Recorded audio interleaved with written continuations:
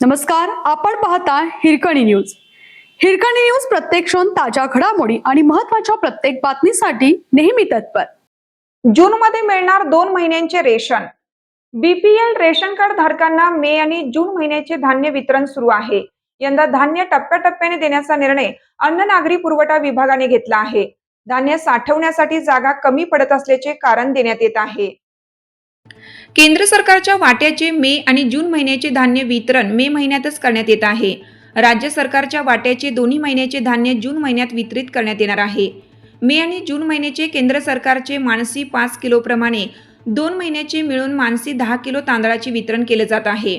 या महिन्यात केंद्र सरकार रेशन वितरण करत असल्याने राज्य सरकार पुढील महिन्यात रेशन वितरण करणार आहे. लाभार्थ्यांना मिळणाऱ्या धान्याच्या प्रमाणात कोणतीही कपात होणार नसून ते 2 टप्प्यात मिळणार आहे.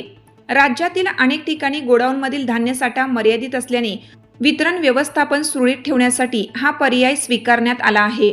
वितरण प्रक्रियेत अडथळे येऊ नयेत तसेच सर्व लाभार्थ्यांपर्यंत धान्य वेळेत पोहोचावे यासाठी विभागाने नियोजन केलं असल्याचे सांगण्यात आले.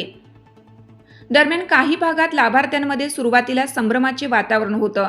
मात्र प्रशासनाने स्पष्ट केलं की प्रत्येक रेशन कार्ड धारकांना दोन्ही महिन्याचे धान्य पूर्ण मिळणार असून कोणतीही तूट होणार नाही.